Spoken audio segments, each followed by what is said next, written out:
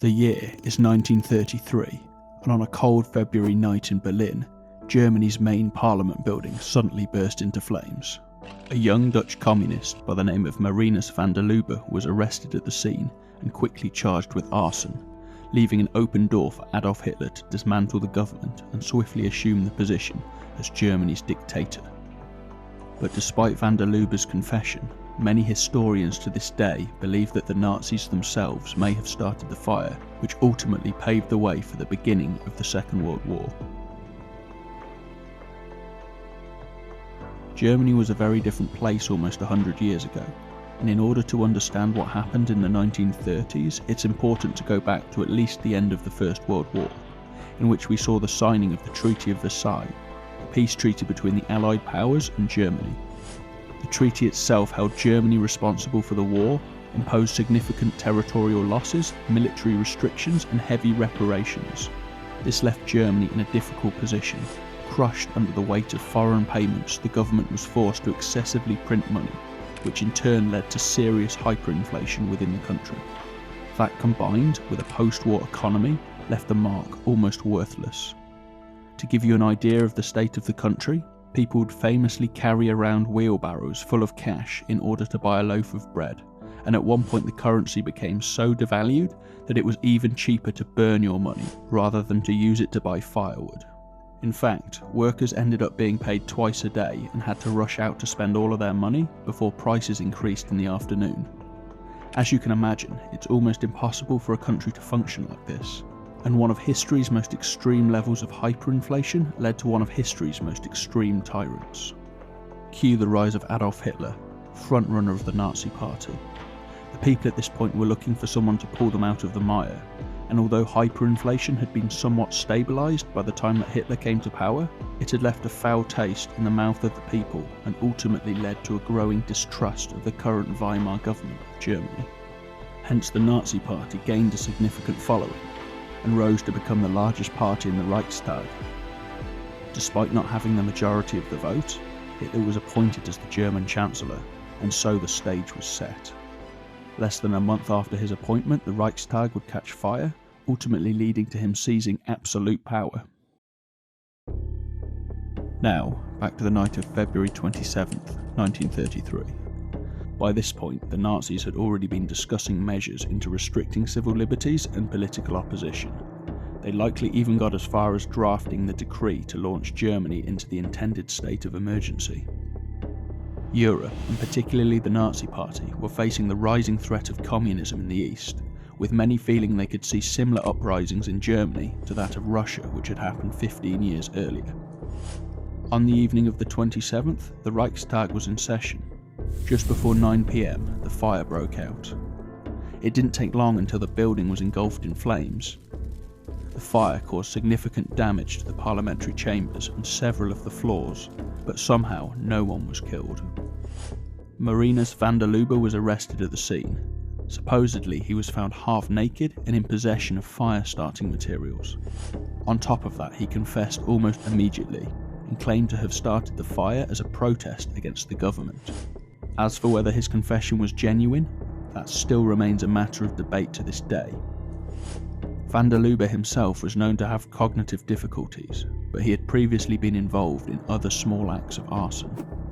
During his trial, he sometimes gave vague answers and confusing testimony, which raised doubts as to whether his confession was voluntary or whether it was coerced. The Nazi Party certainly had a lot to gain from the incident, and even if they didn't have any involvement in starting the fire themselves, they definitely used it to their advantage in the aftermath. They insisted that it was part of a communist plot, but no evidence has ever been found to support this, and the very next day, Hitler pushed through the Reichstag fire decree, which was signed by the German president at the time, Paul von Hindenburg.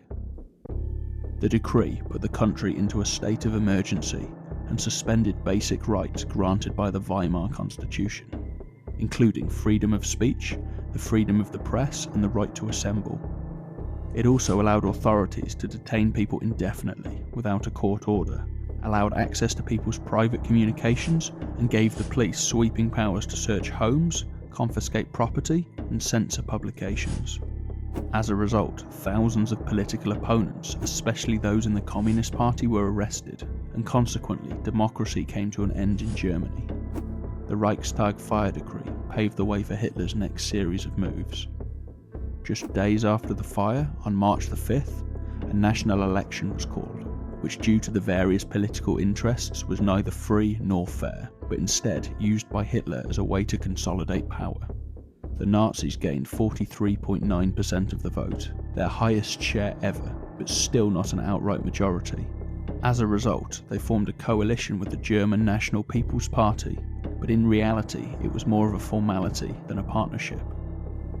From here, Hitler went on to pass the Enabling Act, or as it was known officially, the law to remedy the distress of the people and the Reich, which is quite a mouthful. This gave Hitler and his government the right to pass laws without the Reichstag's approval, effectively establishing a dictatorship.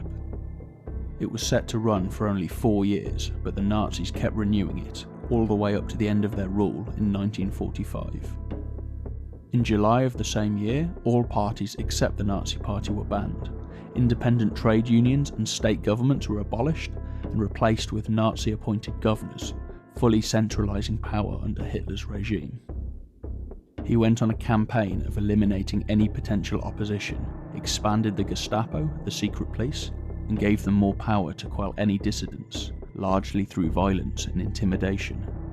On August 2nd, 1934, President Hindenburg died, and Hitler subsequently combined the offices of President and Chancellor. As a result, the army swore an oath directly to Hitler, rather than the German state, finally solidifying his position as Führer and marking the end of any remaining checks on his power. Within just 18 months of Hitler becoming the Chancellor of Germany, he had secured absolute power and established a dictatorship. He had completely destroyed the preceding Weimar Republic and replaced it with a totalitarian state, operating solely under his control. The Nazi regime controlled every aspect of public and private life, and any fundamental rights had been completely abolished. Any opponents were imprisoned, silenced, or killed, with minority groups facing severe persecution. From this point onwards, it was only a matter of time before the inevitable outbreak of the Second World War.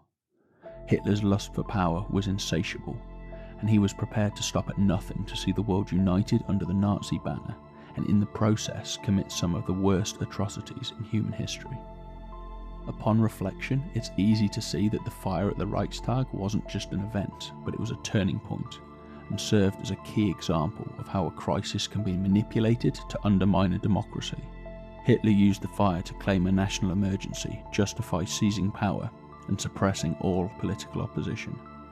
It also serves as a warning of how quickly a democratic system can be eroded when fear and propaganda are used to manipulate public opinion and undermine civil liberties.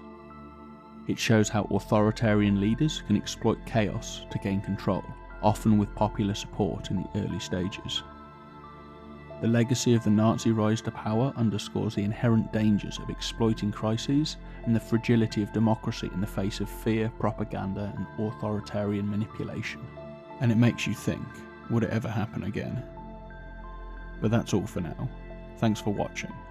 If you found this video insightful, then like and subscribe for more deep dives into history. We'll see you next time. Ciao for now.